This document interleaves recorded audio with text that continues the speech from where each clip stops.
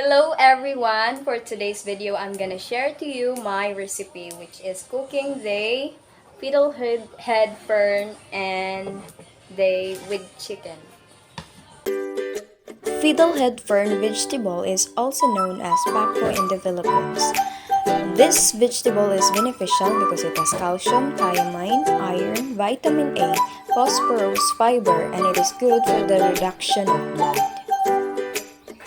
First thing we do is we need to wash the sibuying because we will use it as an ingredient in our recipe.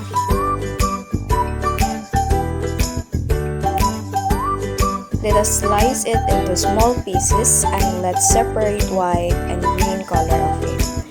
Let us also prepare the garlic. After slicing it, let us put it on the plate.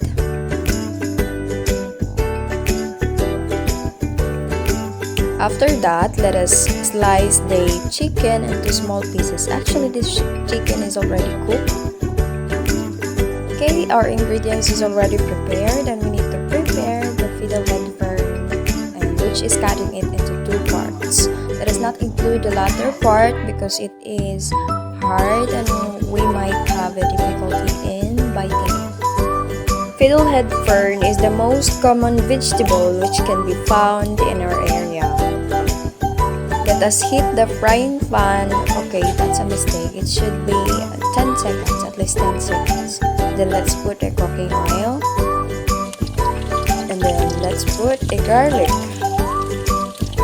Until its color is brown or it absorbs already the oil. Let us put the white parts of the sibuying. And until it is getting brown, let us now put the chicken. Let's stir it so that this will fairly absorb the oil. Let us leave it for at least 30 seconds.